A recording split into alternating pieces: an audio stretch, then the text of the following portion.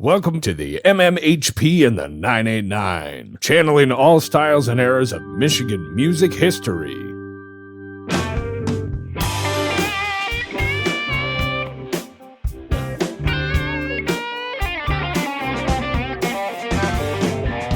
Hello, Michigan music lovers. This is Scott Baker. I want to welcome you to the Michigan Music History Podcast. I am flanked by Michigan music royalty. To the left, Dr. J. To the right, Sir Fred. We cut from just around the block of the Michigan Rock Legends Hall of Fame in Bay City, Michigan, here at Studio 163 in Essexville. And now it's time to grab a favorite beverage, hit the cruise, and take a trip back with us through Michigan's rich music history. This podcast is sponsored by our friends at Electric Kitsch, located at 2106 Kosciuszko Avenue in Bay City, Michigan. And now, here's your host, Scott Baker. And we're back for part 2 with the great Kevin Cole, Bay City's own heir to Gershwin. We want to thank Kevin for making the trek to Studio 163 here in Essexville, and also for Kevin's absolute vast knowledge of the area, the world, and all the music spots that tickle the fancy of many listeners. He has a huge fan base throughout the world, and we are so grateful to have him here in our state, let alone our mid-Michigan area. And in this episode, part 2 here, we're going to have Kevin give us a little bit of insight on the last 10 years or 15 years or so, and take us into the future of what it holds for him, what he's been through, and what he continues to deliver and have on his deck in the coming years. So without further ado, Kevin Cole, episode 2. Now, you did this when you're still living in Bay City? Yeah. Well, what prompted you to move to Chicago then? Well, let's see. My first move actually away from Bay City was in 1980. 1980? Let me think about that. 81. Yeah, 81, 82. I moved to Louisville, Kentucky. And that happened because, kind of a strange coincidence, I guess how it happened. Mrs. Jones, the woman I just talked about, a former voice teacher at Interlochen, was from Harrodsburg, Kentucky, which is central Kentucky. And when I graduated from Interlochen, she asked me if I'd ever been to Kentucky. I said, no. So you should see the bluegrass. And I said, okay. So I went with her. I said, I'll go down, and spent a week there. And then she decided to retire there. But during that, she took me to a place called the Beaumont Inn, which is still there, and they had this beautiful African rosewood 1880s Steinway in the parlor. And so she said, oh, you should play something, because she knew, knows the owners. This is her hometown, knows everybody. And so I did. And so that every once in a while, I'd go down to Harrodsburg. And then in 1980, John Y. Brown became governor of Kentucky, and he was married to Phyllis George, former Miss America, who was one of the first women sportscasters for CBS. I remember her very well. Okay. Well, since piano was her talent for Miss America, Mrs. Jones got it in her head that they should have me come and play for their parties at the governor's mansion or whatnot. So she said, we're going to take a trip to Frankfort, the capital of Kentucky. I said, okay. So we go there. She meets the chief of staff, and I'm out on an outer office waiting. And I became very good friends with this chief of staff, Liz Dahl. And years later, Liz would say, here's this woman who just wouldn't take no for an answer. You got to hear Kevin play. You have to. Phyllis really needs to hear Kevin play. And she wouldn't let go of it. So finally, Liz says, okay. So we walked over to the really old governor's mansion next to the Capitol, and they had this piano. It looked like a Louis XIV, all painted, and I mean, just unbelievable piano. And it probably hadn't been tuned since Martha Washington played the piano.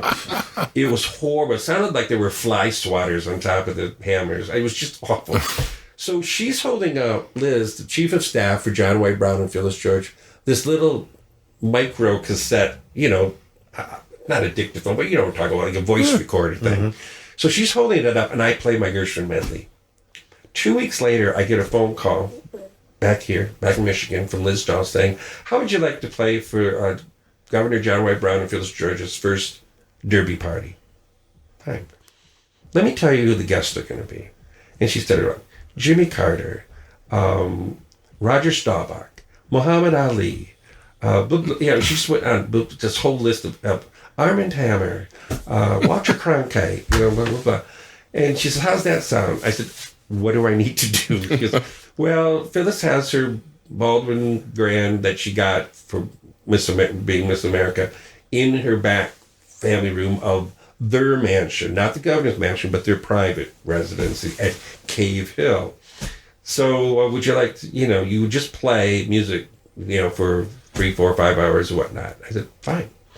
So to condense the story, because there's a lot to these stories, but to condense it, the day of it, because I drove down from Michigan, I show up an hour early, actually maybe a little more than that, and Phyllis is about 7 months pregnant at the time. It's a beautiful home, and there's a big screen door. These columns, the whole bit. And I go up to the door, and I'm kind of knocking, hello, anybody there? And all of a sudden, this woman is coming forward, and she's absolutely radiant. Just because Phyllis George is a beautiful woman. But she comes forward, and she goes, are you Kevin? And she's from Denton, Texas. She goes, are you Kevin? I said, yeah. She goes, well, hi, I'm Phyllis. And we shook hands, and she says, oh, I'm going to love this. She says, as you can see, I'm not ready. So if you want to warm up a little bit, I would love it while I'm getting ready. And couldn't have been nicer. So from that, and then there's a story about Muhammad Ali and I sharing the piano bench, but that's another story. But from that one, then they started using me for all of their private events at the governor's mansion. She had, when Walter Cronkite retired from CBS, she had a private dinner for 18 guests, like some of the wealthiest people on the planet.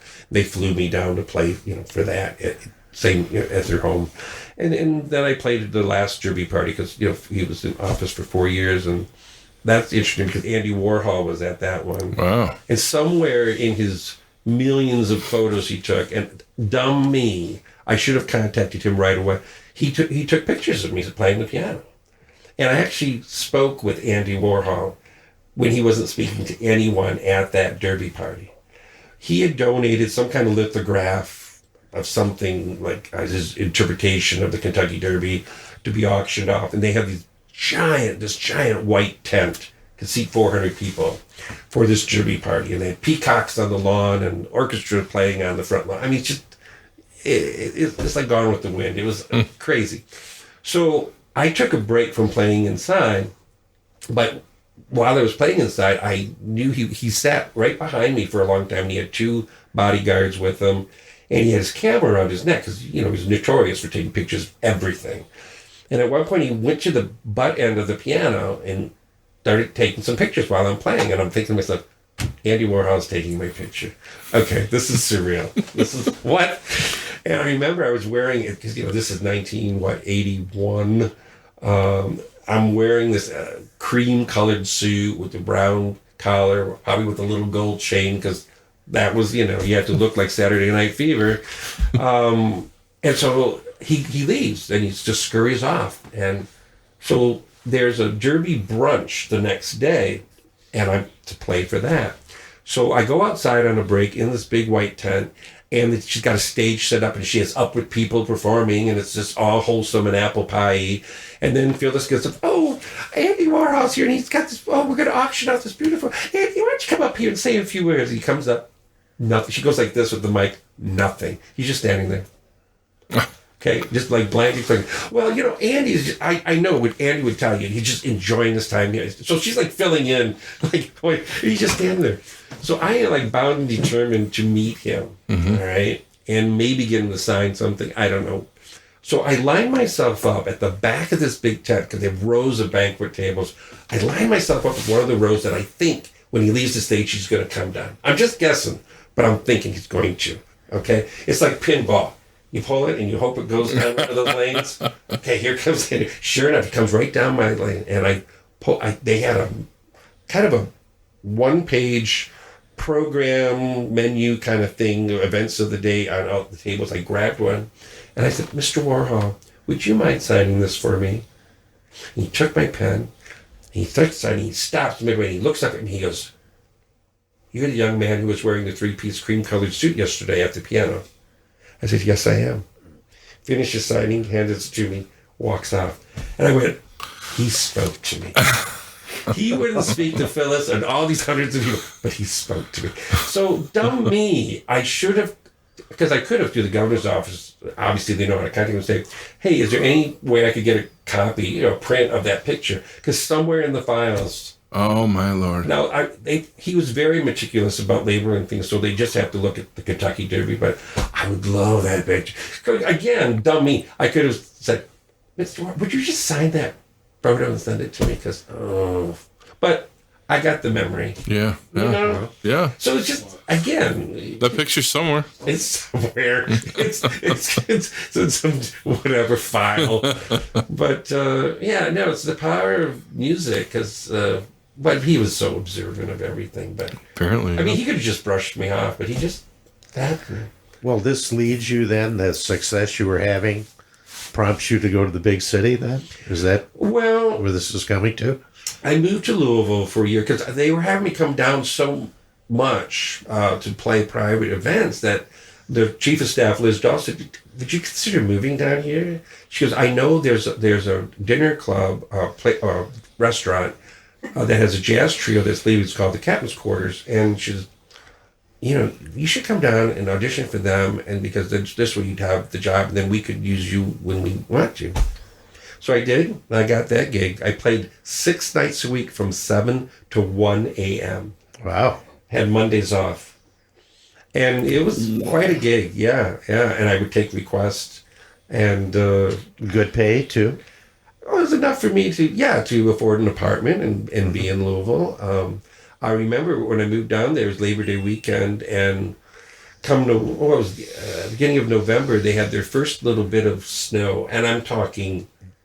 we wouldn't even blink, and they don't know how to drive in it. They were just all over the place. I'm like, I have 5 miles to go from my apartment to work. So how in the hell? I mean, these people in front of me, somebody's going to kill me. It's not going to be my fault. They don't know how to drive in just like this teeny bit of snow.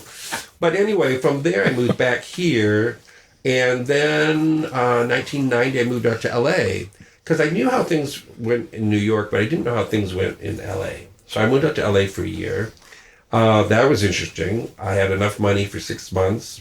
But then I started getting hired as a sub to play at some of the big hotels because, of course, I don't find just any apartment. I find an apartment in Beverly Hills. And in 1990, you know what my rent was a month? Okay. 1990. Even today, this would be considered kind of high for rent. I was paying $920 a month for rent. And it wasn't a fancy apartment by any means, but it was right across the street from the famous Chase's restaurant. And back in the day, there used to be a Folgers coffee ad. These people don't know it, but it's Chase's restaurant. They just had a $400 meal, but they're being served Folgers coffee. I'm thinking, okay, how dumb can these people be? They can have this elaborate meal, but they don't know, 50-cent coffee. Come on. But anyway, that was the big commercial for famous Chase's, and that's where all the celebs went. So I lived right across the street from that. And I said to myself, as I'm moving in 1990, Labor Day weekend, I said, wouldn't it be something if my first gig was playing at Chase's restaurant? 2 weeks to the day I moved in, I threw on my tux. I'm playing for an NBC party in honor of Red Buttons, the comedian. Oh, nice. Yeah. You got to watch what you say. You can say it in your head all you want. It's when you say it out loud. Sometimes the cosmos goes, well, we're going to give him that one. That's kind of fun. Oh, man. But from that, the guy that hired me was a friend of Liz Dahl, the chief of staff from Louisville, from the government. She knew one person out there. When she heard I was moving out there, she goes, oh, you should contact my friend Bob Nunu. He's a lawyer for NBC. So she had told him about me, and he's the one that called me at the apartment I just moved in and said, we're having this party. It's at Chase's. I said, I'm right across the street. Fine. After that party, he said to me, do you know anybody out here? I said, yeah, I know one classmate from Interlochen, Terry Harrington, whose father is Pat Harrington. Do you remember that comic who was on One Day at a Time, played Schneider? Yeah. But he was also from the old Steve Allen show and all that stuff. Well, his son Terry is a phenomenal jazz pianist and composer. He's in Tucson now, but he was out in L.A. And that was during the time when Terry was out there. His parents were split. So I knew Terry and his mom. That was kind of it. So Bob, the lawyer from NBC who had hired me to play the Chasen's party, said, well, the son of my math teacher out at Exeter, where he went to school, one of those high-tone all-boys schools in New Hampshire, his son's out here, and he's kind of an aspiring singer-songwriter. And, I think you two should know each other because he's been out here for a while now, and you should know him. And he said, is it okay if I give you his I give him your numbers or him? I said, sure. Well, lo and behold, now, again, we meet and we start going to these singer-songwriter workshops where, you got some burnt-out rock and roll guy and everything's on cassette. You give them your demo, you pay $40. They put it in within the first 10 seconds of hearing it, turn it off. Not enough of a hook. Next. About your song. Not enough of a hook. Yeah. And so we would get mad. What the heck do they know? Blah, blah, blah. And we do one of two things after those workshops. We either go to a bar and order pitchers of beer and tell, we're going to be great some year. Blah, blah, blah. Or we'd go to the C.C. Brown's, which was a great old ice cream parlor next to Grauman's Chinese that had the best hot fudge sundaes on the planet. So we drown ourselves, what, beer or hot fudge sundae? Uh-huh. Okay. Now, I'm not telling you his name yet on purpose. So, we're both there a year, we're struggling, we're doing our things, we're playing showcases, la, la, la, but we do become very good friends. I moved back to Michigan after a year there. He stays probably another, almost a year, 10 months. Then he moves back to New Hampshire. Fast forward, that was 1990, 91, 92. Fast forward to the early 2000s. I'm on a plane going to Cincinnati to play with Cincinnati Pops outdoors, their big outdoor venue. On the plane ride from, where was I at that time? I was living in Chicago at that time. And I'll tell you how I got there, but this is again, the weird part of my life. I'm on the plane and I'm looking at the plane magazine, and they have a column of the big hit books right now, the number one books. And the number one book, fiction, is called The Da Vinci Code by Dan Brown. And I'm going, oh, that can't be the Dan Brown that I know from LA. I mean, yeah, he told me, he wrote a little bit, but no, that can't be. I said, but you know what? I'm sure Cincinnati has a bookstore. I'll go in and see. Because if it's him, there'll be a picture on the back flap of the cover. So sure enough, I get in, check into a hotel, I have time to kill, I go to there's a Brentano's bookstore in Cincinnati. I see they have a big pyramid stacked of the Da Vinci Code. Next to it is another big pyramid of Hillary Clinton's book. So she's number one for nonfiction, he's number one for fiction. So I pull the book out and I turn to the back flap, and it's Dan Brown, my friend from LA. The friend who always knew that I was good to make my mom's homemade spaghetti, and he was always good to have a frozen burrito in his microwave if we got hungry. Because we were little starving artists kind of thing. Okay. So I'm thinking, okay, he wrote the Da Vinci Code. Oh my God. Wow. He won't remember. First of all, he'll have short-term memory. Who? Kevin, who? What?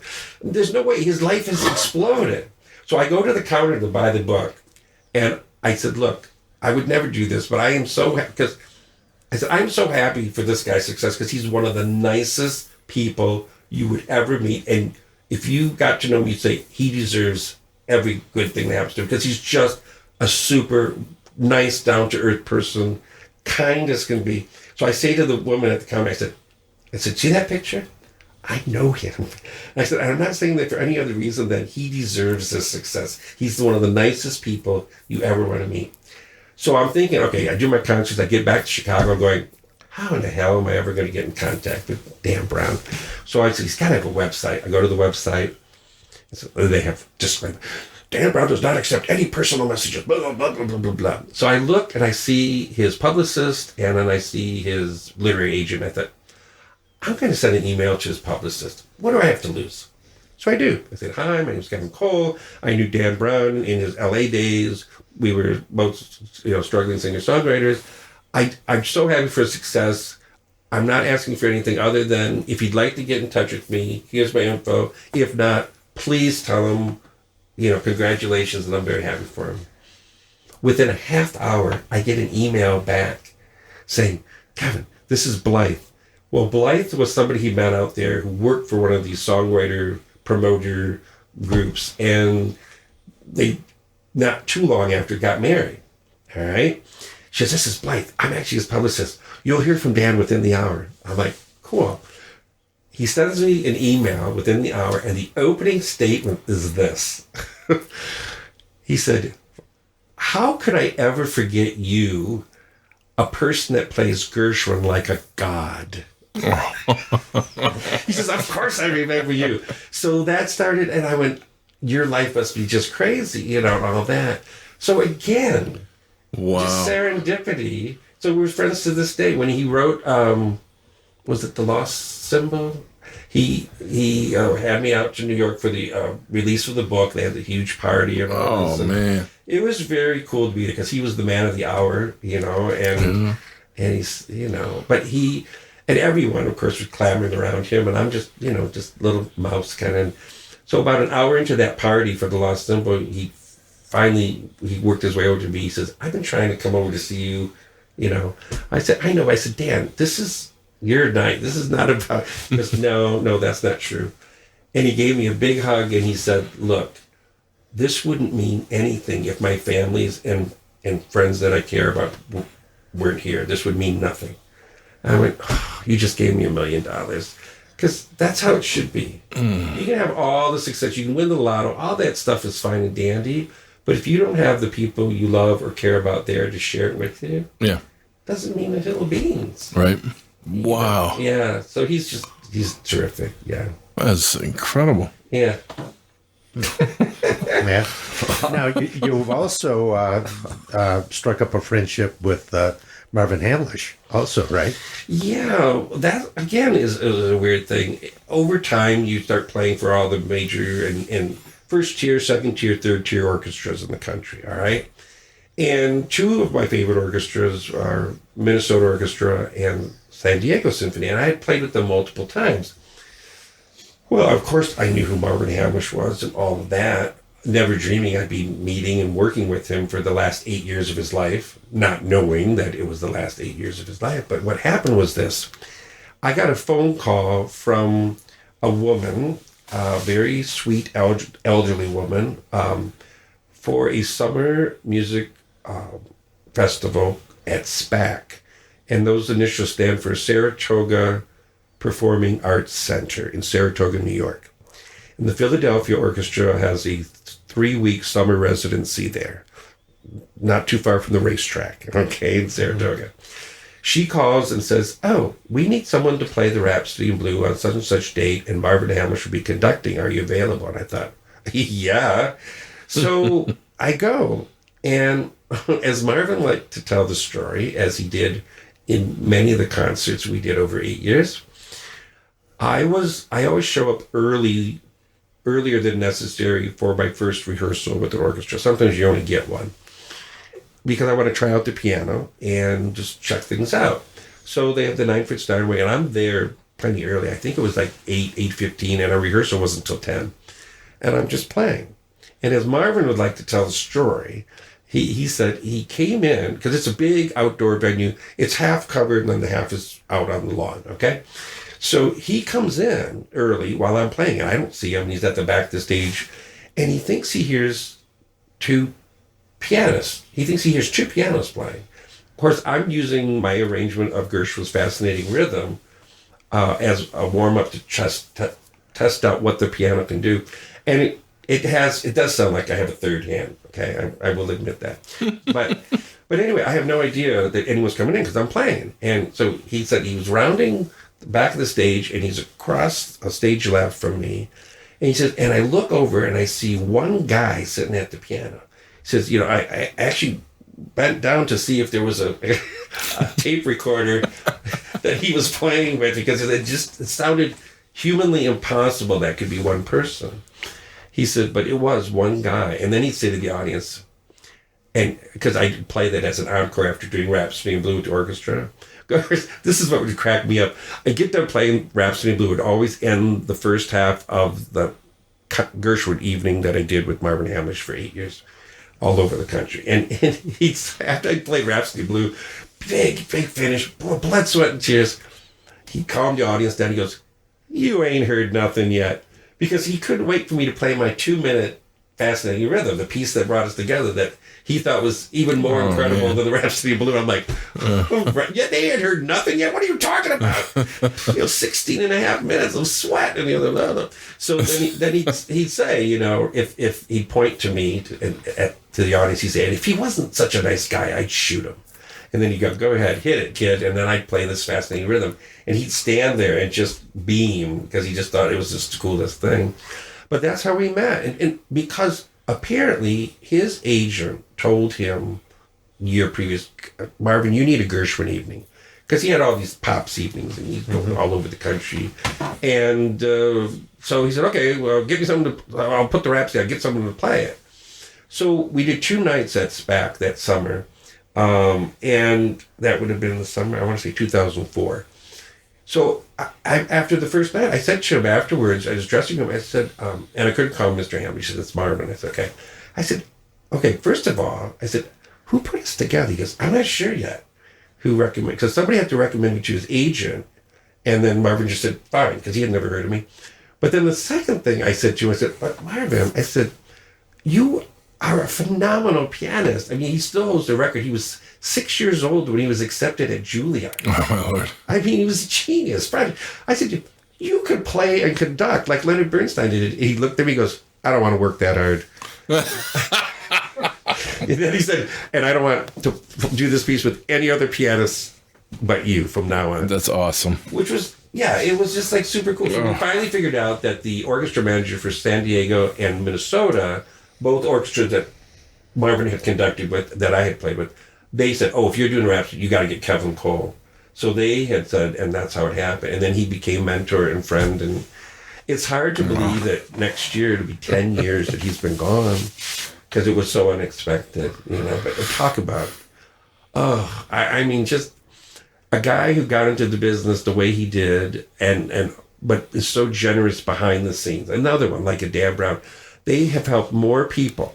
Marvin Hamlisch has helped more people without any fanfare or people. He paid people's hospital bills in towns we'd be performing. Because somebody would say, meet him after, "Oh, my brother's in the hospital. He's not doing good. Oh, if you could just stop and say he's a big fan." And then Marvin would end up paying his hospital. I mean, just wow. Nobody ever knew. Right. Yeah. Great Unbelievable. guy. Great guy. The positivity just spreads itself around when it's all good. That's one thing that's held true for a lot of people we've had on the show here. It's when the kindness comes in, it pays itself back in returns that are serendipitous. Well, like you say. I've always felt that with great talent comes great responsibility, or actually greater responsibility, because you're speaking for those who can't. You're connecting music with people that come into a concert hall, which if you're doing this live, and a lot of them don't know what to expect. They've never heard of Kevin Cole. What's that? Oh, he's Marvin Hamlisch. Well, Marvin's always good for a good night. Or when I'm just me and not Marvin. So my job is not to win them over, because a lot of times people say that. There is a formula though to it. By the third piece or third song, if they're not with you, they're not going to be. Okay, that holds true. I've never seen it fail. By the third song, they're either with you or they're not with you. Luckily, they've always been with me, because you go out there and say, "We're all going to have a good time." You don't get to say that maybe, but you have to think that. So when you sit down at the piano, they see you enjoying it, and I've had it more times than once. People would say afterwards, I'm signing CDs, they go, "Do you know how joyful it is to watch you play, because you're having the best time." And so I'm just smiling, because we don't see people having that much fun. They're so serious and they're in their world, and it's beautiful, but you really look like, I said, how can I not smile and show on my face? I'm playing some of the best music ever written, happy stuff, powerful stuff, and my job is to just have you relax, plug into it, no matter how good or shitty your week was, and so that you can get up tomorrow and do it all over again. Oh, wow. Yeah, it's and I've had crews, stage managers and tech crews and whatnot at theaters say, "You're not like anybody else we get in here." And I say, "Well, how so?" Well, like, you're sitting in the office talking to us about the Chicago Cubs, and then 10 minutes later, you got to go on stage and like do this phenomenal thing, and then you come off stage and you're still talking to us. You don't know how many artists, we can't even look at them. They have it in their contract. Crew cannot look at them. They have to get in their zone. And I said, look, first of all, if I don't know what I'm doing and haven't done my homework before I get here, they shouldn't have hired me. Now, when I walk out on stage, I'm business. I'm not all business, but yeah, I do my job. But I don't have to be a horse's backside when I walk off stage, because let's face it, box office personnel and crew, if they like you, you're going to be asked back. Yeah. If they don't like you and you're asked back, you're going to have a lot of fun because they're going to make your life pretty miserable. But no, I just you either know what you do before you show up, or you can't fake it. Have you? You've gone around doing all the Gershwin, obviously, and all the show tunes. How much of your own music have you had time to write, and how have you put out records? And can you give us an idea of what you've done for yourself? In my solo concerts, I've been able to do much more of that because, when you're at the symphony orchestra, you got to have charts, you have to have orchestrations. Yeah. However, I had one of the songs. Lord, this is this is kind of an interesting thing too. Okay, I was approached many years ago now. That's got to be at least 10, maybe 15 years ago, by the Ira Gershwin estate, George's brother, to do a CD of Ira Gershwin material. And I said to them, I said, well, okay, unlike George, Ira wrote the words, so I'm going to have to sing on this if you want. I said, you like my voice enough for me? Oh yeah, you're fine. We were going to open up the vault, and anything you want, whether it's been used or not, unpublished, we'll at your access. I said, fine. So just, come up with your list and submit it and all that. So I did. Well, I knew there was a lyric that Ira had written that was never set to music. Now, every lyricist probably has a few of those lying around. Harold Arlen or Jerome Kern, I think, were supposed to write it, but it just didn't happen, so it got put aside. Also, on this, so I asked if I could set an Ira Gershwin lyric. Well, they had never let anyone do that. I mean, that's like asking to rewrite the Bible, because he's one of the premier lyricists of our time, Ira Gershwin. But Robert Kimball, who is the big consultant for the Ira Gershwin estate, knew my work, and was the go-between for all this, said, they said, go ahead. On top of that, there was a lyric that they had, and Harold Arlen, after George died, Ira needed to get out of his doldrums because George died in 1937, and Ira lived, till 1984, I believe it was. But anyway, so Kern and Harold Arlen, they started to write with Ira, just even songs, just stuff to get him back in the swing of things. Because, I mean, obviously, his brother, they were very close, and he's gone. So there was always this question about, I remember Ed Jablonski playing for me a demo of Harold Arlen humming tunes that there weren't lyrics for, or they were supposed to be, I don't know. But for some reason, when I read the lyric, I said, I really like this lyric. I said, I bet you it goes with this tune. So then I had to contact the Harold Arlen estate and say, look, there was a recording, it's a demo, blah, blah, blah, blah, blah. And they said, oh, yeah, I know what you're talking about. They sent it to me as an MP3, and by God, it fit with that lyric perfectly. Wow. So not only did they let me write a lyric to music to an Ira tune, I was also able to put a new Harold Arlen, Ira Gershwin thing together. So that being said, they were very pleased with how it turned out. I was too, because it has that flavor of a tune that would be for a Fred Astaire or whatnot. All right. I'm doing a tribute to Ira Gershwin with Chicago Symphony at the Rivinia Festival God, what year was that? It's in the 2000s. I'll say it was around 2012, 11, somewhere like that. So I asked one of my orchestrator friends, I said, look, I'm going to need a couple orchestrations for this show I'm doing with performers at Rivinia, Chicago Symphony. I said, would you orchestrate this tune? So for the very first time, I got to do one of my own songs, not only my own song, but with a lyric by Heir Gershwin. Thank you very much. Let's just start at the top with the Chicago Symphony as the accompaniment, and so that was quite a thrill. But I have tons of material, and I'm at that point now because I haven't done a CD. The last one I did was by Marvin Hamlisch Evening with the Kalamazoo Symphony. We released a CD of that, but it's time for me to start getting this material out there because I'm gonna croak and somebody's gonna say, what's this? Wait, are we grilling tonight? Okay, start the coals with this. Oh, yeah. This podcast is sponsored by our friends at Electric Kitsch, located at 2106 Kosciuszko Avenue in Bay City, Michigan. They offer new and used records, including local to Michigan original vinyl and CDs, as well as clothing, electronic equipment, funky household items, music gear, and stringed instrument repair. You can find them on the web or call 989-402-1411. I just listened to your Christmas CD this morning, and you have a song on there about light. From the live concert I did. Yeah, and you wrote Be the Light. Right? Yeah, and Sylvia McNair premiered that. Yeah, I did. I wrote lyrics, music to that. Yeah, it's not a bad tune. Oh, it's awesome. Yeah.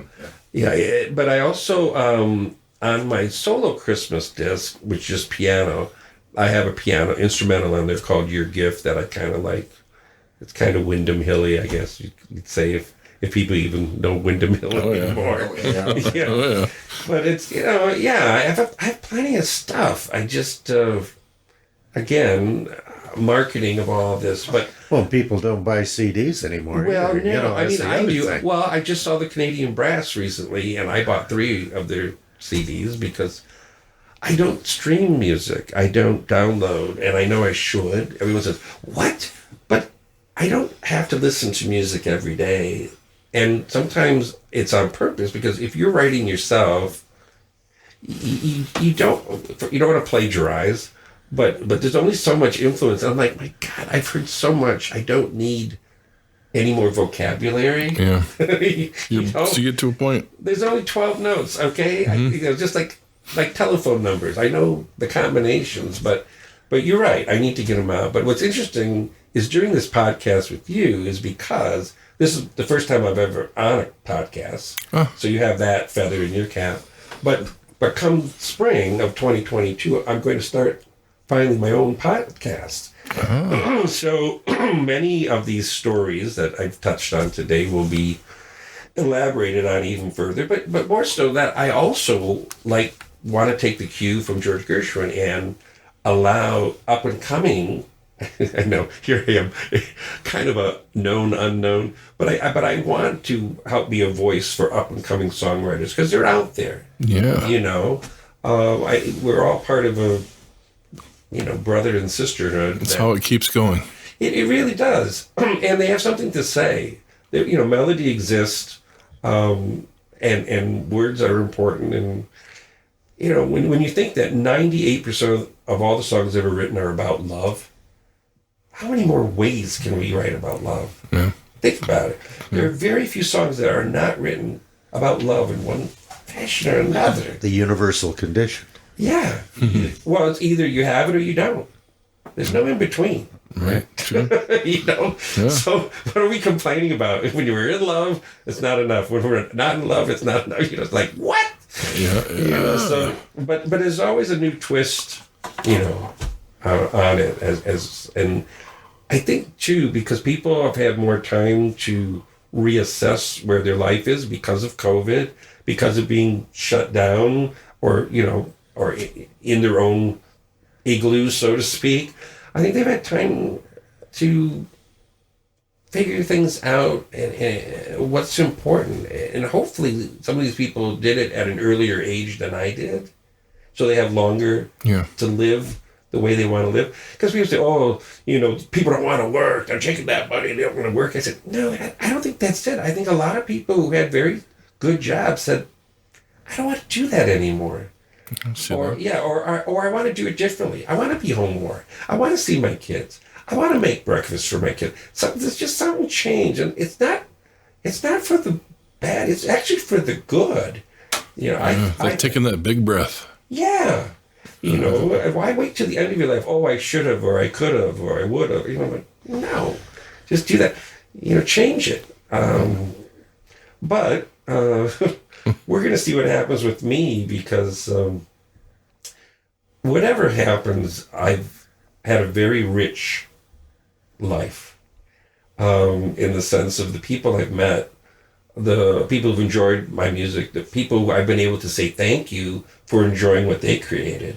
I mean, I would have never, in my wildest dreams, thought I would be able to play for an Irving Berlin or a Harold Arlen and say thank you, for the music you wrote. I mean, but that was in lieu of me going to university. Mm-hmm.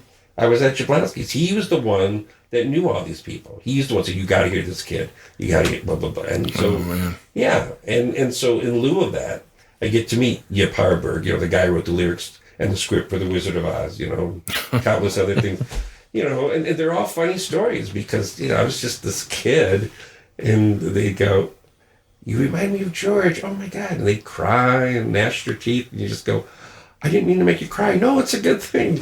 They just, I think in their mind and their eyes and ears too, they thought, well, here's somebody who's carrying this on when we thought it might be all done.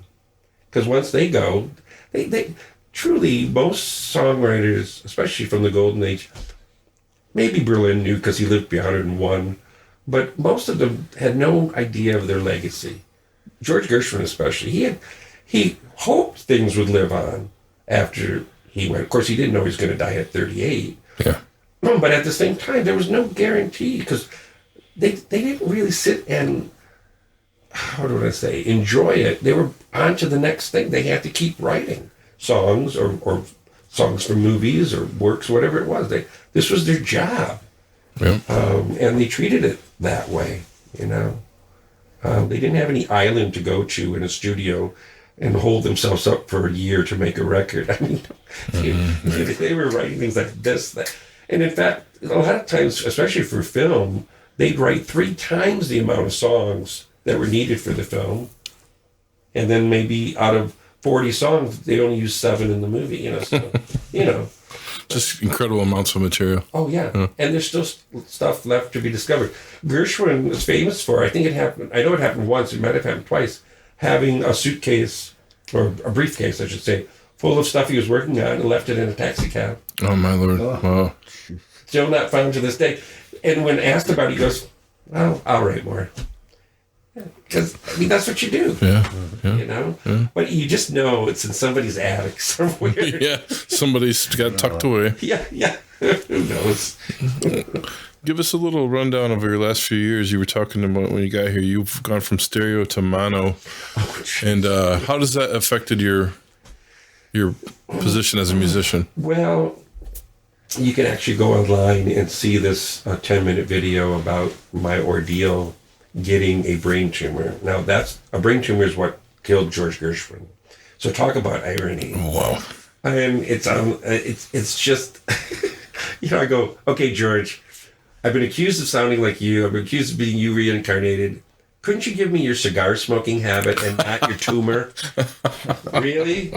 This is going a little too far, okay? So in a nutshell, what happened was in the year 2017, starting January to November, little things were happening that just seemed odd to me. Like, I'd go to the movies and I noticed my right ear, I was like cupping my ear because it wasn't clear. I was having trouble with my right ear a little bit.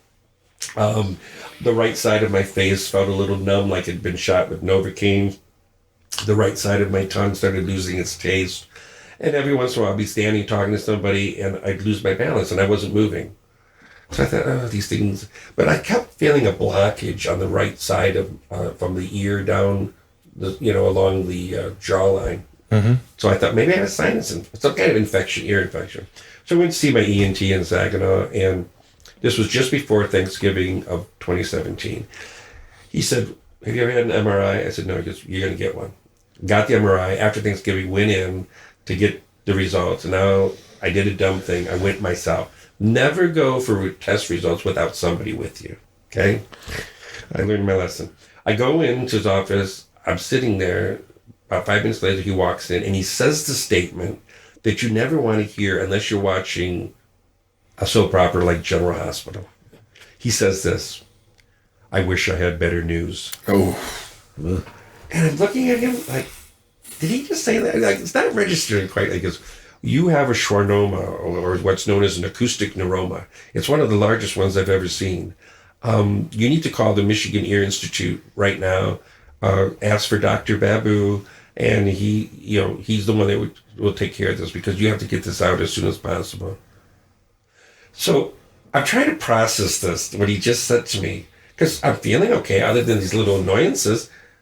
I said, did I just hear you right? Boil it down. I have a brain tumor. Yes. And I have to call this Michigan Ear Institute I've never heard of, that's down in Novi, Birmingham, whatever.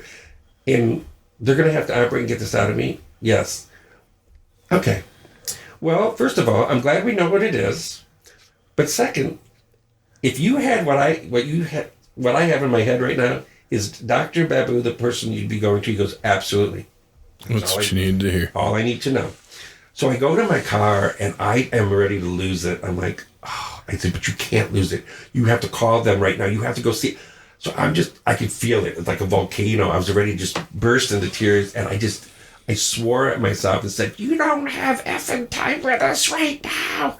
And then all of a sudden, it just like vacuumed away. It just went out of my body like an exorcism. I called there. This was on a Monday. They said, we have an 8:30 Wednesday appointment open. I said, fine, I'll take it. Leedsburg drove me down, 2 of us. I said, Leeds. Now, he has hearing aids, too. And I know I'm starting to have compromised hearing. I said, well, between the 2 of us, we'll figure it out. So we go down. They have the MRI. They send in an assistant first, somebody who's interning and learning and all this stuff. And so he's talking to me. And he's young, and it's all good. But, he says, well, you need to know this. And have you seen your MRI? I said, well, Dr. Babu will probably show it to you, blah, blah, blah, blah, blah. So finally, Dr. Babu comes in, very nice, and he says, let me show you your MRI. So he gets to the machine and he shows it to me, and I had never seen one. And of course, it's my brain and it's my skull. So he's going down. It's like an elevator to hell, because it's going down, down, down. And each time he says, now watch that little black dot. And as he's peeling away the layers of my brain, down, down, down, it's getting bigger and bigger till it looks like the map of Asia on the game board of Risk. And he said, that's your neuroma. I said, really? He goes, yeah. He says, and you see that little thing that looks like a little shadow up there? He says, not a shadow. That's your neuroma trying to get into your brain. And once it does that, it's going to travel to the base of your neck and kill you. But we're not going to let that happen. So in my head, I'm going, Gershwin's tumor it wasn't a schwannoma, it was a different type, but it was at the base of his neck. That's what killed him.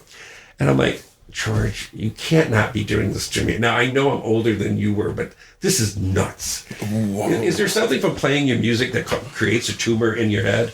I mean, what's going on? So we go into the room, consulting room, and Dr. Babu says to me, he goes, okay, because he says, this is very serious. He says, but we're going to take care of it. I said, well, doctor, I have to tell you something before you go any further.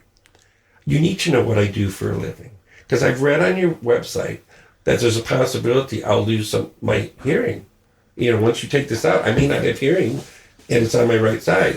But I'm a concert pianist, blah, blah, blah, blah. And he says, and he looked at me after I told him, he goes, you're world famous, aren't you? I said, not really world. I played around the world, but I said, I'm known in inner circles. He goes, and you're very good at what you do, aren't you? I said, yeah, I kind of am. He goes, okay. He goes, well, I'm going to tell you something. He goes, there's 5 things, my criteria for this. He goes, number 1, we want you to be alive. So I want to save your life. That's number 1. Number 2, I want you to have full mobility of your facial muscles, because you can get paralyzed for life if we can't get this all out, because this is a rather large tumor. So in fact, it's probably been growing in your head for 15 years. Oh, my Lord. So I'm thinking, okay, 2003, I played the Hollywood Bowl for 2 nights. Neuroma was with me on the bench. I'm going down to I played Carnegie Hall in 2013. Oh, the Neuroma was with me. We were playing duets. How nice. So I'm like, okay. So then he goes, okay, so that's 2. Then he goes, the third one is, I want you to, let's see, we got Save Your Life, Full Facial Mobility. Oh, then I want you to be able to walk without any problem, because it can affect balance. 4th is, I think that was the hearing. I'll try to save as much as the hearing as I can. And I forgot what the 5th one is. But anyway, after he said them, he goes, can you live with that? I said, yeah, because I want to live, because that's what I want to hear. So I was going to Belgium to play with an orchestra there for New Year's program. I think it was like January 3rd and 4th. And so I said, can I fly? Because I'm supposed to, in less than a month. And he goes, oh, yeah. I said, oh, one other thing. I said, this is my first time to Brussels. I said, and they're known for 2 things, beer and chocolate. He goes, have all you want. I said, okay. I said, I plan on it. Thank you very much. I saw a lot of the pink elephant while I was there. So anyway, but I'm just thinking, and we'll schedule this as soon as we can get it in. Well, right at that point, they didn't have an opening until like May. And I'm like, this is December. I said, I can't wait that long. So I said, please let me know when you have an opening. So they finally did. It was in March. I think it was March 18th or 19th. Went down to St. John's Hospital in Novi. And, he told me it's an 8-hour operation, unless there are complications that it can go 12 to 16 hours. But we don't want that to happen. Had the operation, 8 hours almost to the minute. I had given him a CD of me playing Gershwin, because I hear they play music while they're operating. Mm-hmm. I keep forgetting the other doctor's name, because Babu opens you up, gets you ready, then the other doctor removes the tumor, and then Babu sews you back up. But anyway, he played my CD, which is also, one of them is also Gershwin with Rhapsody in Blue. When it got done, he told me this later, the other doctor came in, he goes, okay, you got to hear this. Play it again. So he's listening to it as he's doing it. So at least they kind of knew what I did while they're taking this out. Yeah. So very next day in the hospital after the operation, the doctor comes in and he says, textbook, he said, this couldn't have gone better. He goes, so we have that in our favor. He said, the second thing is we got it out at the right time. And I looked at him and I said, because originally he said it wasn't going to make a move probably till July or August of 2018. And I said, you don't have to say anything, but I wouldn't have had that much time. He goes, no, you wouldn't have. Oh, my Lord. So I said, okay. So then the physical therapist comes in, because, they're used to people taking a year, could even be 2 years of physical therapy and whatnot. So, I'm all IV'd up and then blah, blah, and all this. I said, well, before we take a walk with the walker and the belt and all this, I have to go to the bathroom. He says, okay, come on, we'll take all your stuff with you. So, I'm standing up, taking care of my number one. And he goes, oh, you're doing that pretty good. She says, okay, well, I'll tell you what. We're going to walk. And he said, you're going to use the walker. And but, no, wait a minute, how did that work? He goes, oh, I don't think you need the walker. He says, I'm just going to hold on to you with the belt as we go. Because we're going to walk to the room we're going to put you in. Because you're in ICU. We're going to put you in a regular room. But we're just going to walk the hall. He said, then we're going to be going by the nurse's station, just so you know. So behave. I said, okay, fine. So he's holding on to the belt. And I walk out. And I'm just walking. And, get my bearings. And I'm not falling over or anything. I get to that room. Outdoor, the door of the room. He goes, wow, you did that so well. I want you to walk back to your old room, and I'm not going to hold on to you.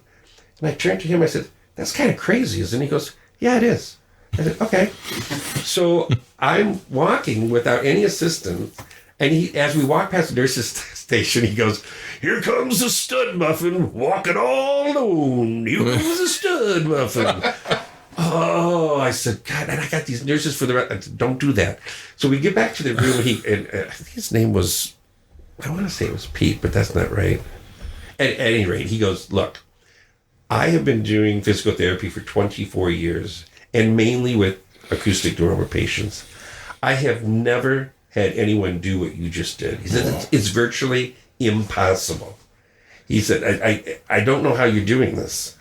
And he said, I got to talk to your surgeons, because he said, he said, but I'm going to be back tomorrow, because I got to take you to the PT room, and you got to do the car door thing, and you got to go up the steps and all that. I said, fine, because I had done all this with my mom when she was sick, so I knew the routine. So he comes back the next day, takes me to the PT room. I do all that, flying colors, no problem. He goes, I'm signing off. You don't need any PT. He goes, I said, are you serious? And my friend Sylvia McNair was there, and so she filmed a lot of this on her iPhone. I've still yet to see it from this day. I don't know if I want to look at it, but he said, this is nothing short of a miracle. He said, and I was talking to your surgeons, and here's the only thing we can figure out.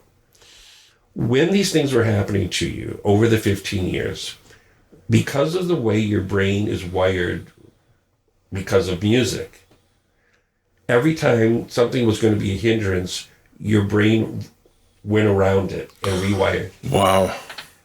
He said, because seriously, the symptoms you were having last year should have been much more severe. I played a concert with Sylvia McNair the Saturday before the Monday I had the operation. And there's no way I should have. Now, compromised hearing, yes.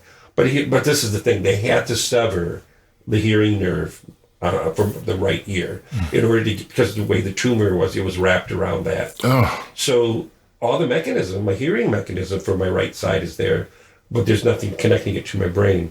So I'm hoping the next 10 years with advancements in nanoscience, that they'll figure out a way just to put that extension cord from my hearing mechanism to my brain, and I could get it back, but we'll see.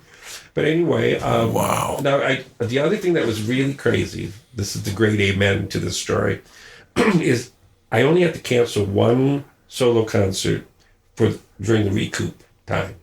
Because, it'd be at least 8 weeks of recoup, because I got a big bandage on my head and all that stuff. I got to heal.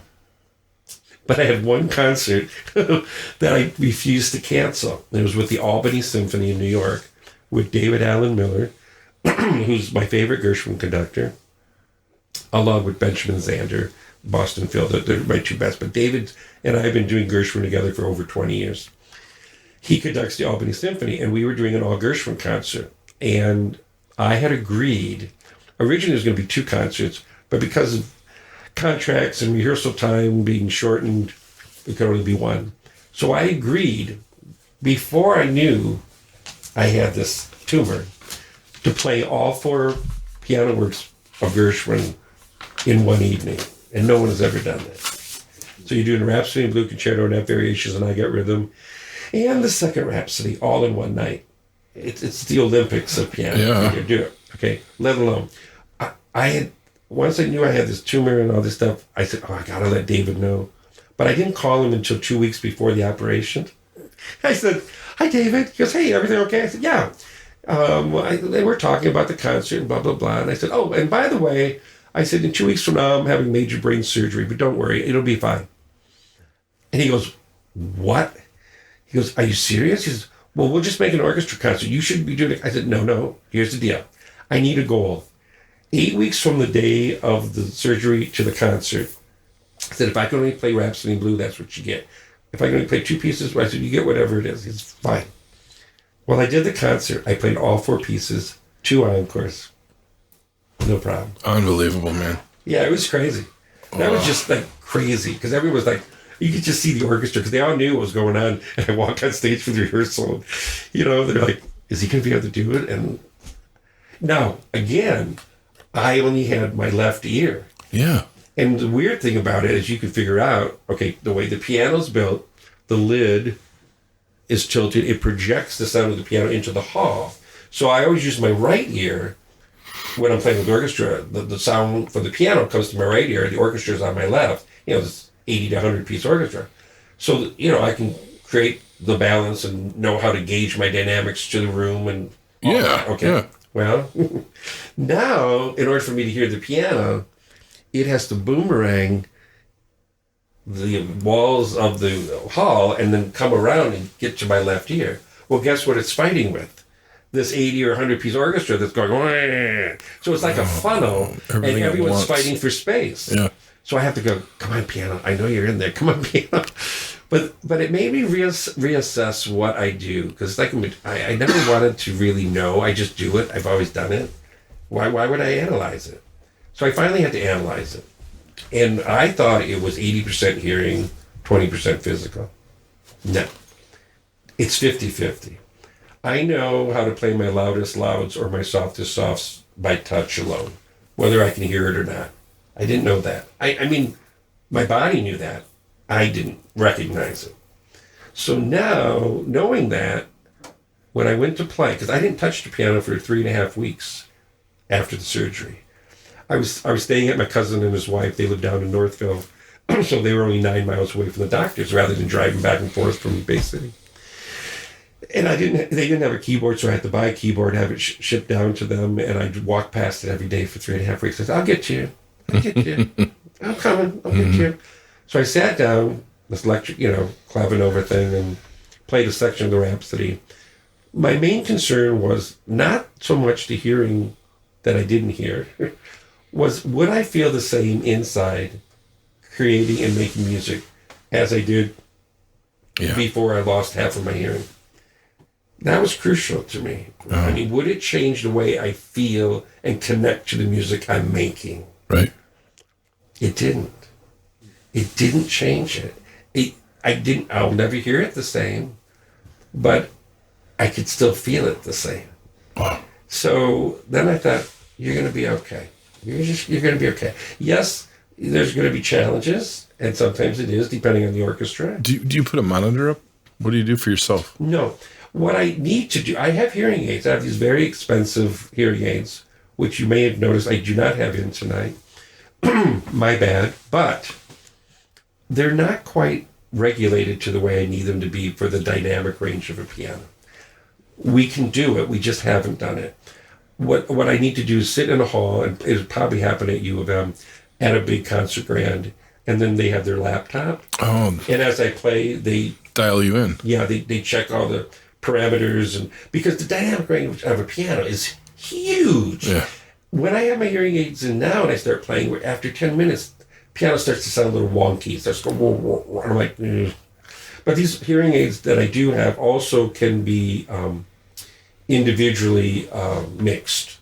Like you see people putting pieces in. Yeah. Well, it's already built into these little tiny things. I just haven't done it. So I need to do it, obviously. So you can, I got you. It's like the private personal monitors nowadays that singers use. Yeah. I get you. Yeah. Wow. What's on your platter for the year coming up here, 2022? Doing a recording with Sylvia McNair of unknown Harold Arlen tunes, which I'm excited about because we've, other than that live Christmas recording we did from St. Stan's, we don't have something like that. So, and I knew Harold Arlen, the guy that, wrote Get Happy and Over the Rainbow and The Man That Got Away and all that stuff. So that I'm excited about. I'll be back with the Albany Symphony. Excellent. my Good Luck Orchestra. And let's see. Well, I might have already done that by this time that we're talking here, because that's in February. Okay. We're doing Gershwin, but we're going to do the actual jazz band version of the Rhapsody in Blue, the original, which I haven't done that much. So that should be a lot of fun. What else is going on with me? You're gonna do your podcast, you said? I'm good. Yeah, and just watching and seeing what you're doing here is giving me ideas. Is that going to be also an outlet for you to put out your own original music through that? Yes, sir. I kind of gathered that when you said that earlier. Yeah, and I do want to record and get, well, first of all, get the recordings I already have in CD form streamed. Okay, number one. Yeah. Oh, but I do have a new recording out that is streamed of the Concerto in F. That's been getting a lot of good reviews because we're using the original restored versions of all these Gershwin works. U of M Gershwin Initiative is this organization within University of Michigan that got a ton of grant money, and they're restoring everything George Gershwin ever wrote. Dang. Starting with the concert works. They've done Porgy and Bess, American in Paris, Concerto in F. So I made the first recording of that. So it's as close to what he, without editors, because once he died, everyone wanted to stick their name on his music. Oh, yeah. Edited by, and because a lot of times when he would orchestrate something, it was not orchestrated like the standard way people orchestrate. They were unusual voicings and chords and things. So what happened after he died, some of these so-called orchestrators went in and wanted to legitimize and make it more standard for symphony orchestra. And I remember Ed Jablonski, when he knew they were doing this, he said to me, he goes, better Gershwin mistakes than some hacks improvements. You know what I mean? Yeah. I mean, so now we're getting back to the real deal. Going back to where it came from. That's kind of exciting. Well, and also I'm doing a lot of prep work, and we'll start getting the word out to orchestras and concert venues for the centennial of the Rhapsody in Blue in 2024. I mean, it's 2 years away. Oh, wow. And they're already booking 2023, 2024. I'm getting calls already. So, but I want to do a legitimate tour. I don't want to just do one-nighters, which I've done my whole life. So I'm working with the producer right now to set this up, because also in 2024, it's the 80th anniversary of Marvin Hamlisch's birth. So, and I have programs, those are my two specialties. So if I don't make enough money in 3 years of touring to have a retirement, I'm no good. That's my 401k. Yeah. K means keyboard. Kevin K. Cash. Okay. Kevin Cole, thank you for everything you've brought to the world of music. I mean, you've taken it from the earliest to now. You're right out of our area. You're a Michigan born. Everything we do through the podcast here is it's touched the world. And what you've brought tonight is something we haven't brought here yet. And thank you for what you continue to do. My goodness. Well, I know I'm very long-winded here, but I hope it's... Well, we got room for another podcast down the road. I've invited everybody back, so we got to do those. We got to do the stories where you tell these goofy little ones in between. Well, more connectors. I didn't tell you about Muhammad Ali. Right. Well, from all of us at the podcast, we want to thank Kevin Cole for coming in, and we will talk to you here in 2022. All right. The MMHP is hosted on Apple, Spotify, YouTube, and our own Libsyn podcast site. You can also search MMHP989 on Facebook for up-to-the-minute information, as well as both Dr. J and Sir Fred's album picks of the week, posted every weekend. You can connect with Scott on the web at scottbakermusic.com, Dr. J at michiganrockandrolllegends.com, Sir Fred at fredrife.com, and the Electric Kitsch at electrickitch.com. This podcast wouldn't be here without special help from Studio 163's Alan Garcia, our podcast videographer and wingman, Mr. Mike Beatty, MMHP tagline specialist, Mr. Eddie Switek, and of course, Gary Johnson, Fred Rife, the Electric Kitsch, and all of our special guests, and especially you listeners. We want to thank you. You've been listening to the MMHP and the 989. From all of us at the podcast, we want to thank you for tuning in. I brought my yearbook for you to sign. You can write like "Stay cool" or something. Should I write the way all those years later? Is that what you're asking for? Oh my god! And we gotta look up your picture in there. Oh, this is great. See, nobody else has signed that. I never had people. My freshman year, serious? I had 3 people sign the yearbook, and they approached me about doing it. I never asked anybody. Are you serious? Yeah, I remember it was Jack Tobias, Laurie Race, and Connie Davitsky. Oh, okay. Wait a minute. Is this from the year you graduated? No, that I think is my